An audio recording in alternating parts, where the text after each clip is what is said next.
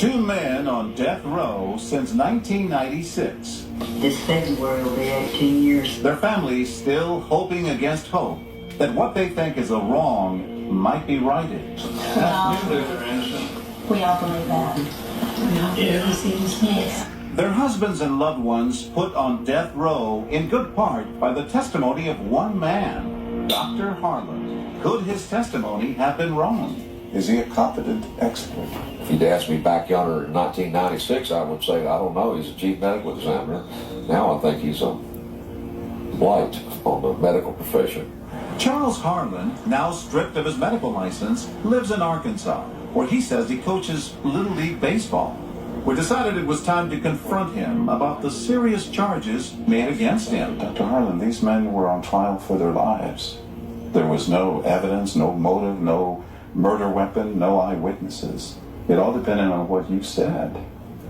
I don't recall the case at all. You don't remember? It was a big deal. I don't remember it. Dr. Harlan didn't seem to remember a lot of things during this interview. You had also been barred from the crime lab, the TBI, the Tennessee Bureau of Investigation. I'm not aware of that. We have a copy saying that you were barred from the lab. And Dr. George Nichols, do you know that name? I do. Chief medical examiner for the state of Kentucky, warned that if your work continued with your line of what he called irrational thinking, then, in the words of Dr. Nichols, God help you and the rest of the citizens of the state of Tennessee. I'm unaware of that. And though he says he doesn't remember the case of Dellinger and Sutton, Charles Harlan still maintains his testimony in the case was correct. 72 hours after a person dies, you could still be in rigor mortis? That's correct. You're aware that some of the world's renowned experts say full rigor mortis only lasts 24 to 36 hours. It depends on which references you go to. Last month, 3 different experts testified that Dr. Harlan's testimony about rigor mortis in this case was not medically possible.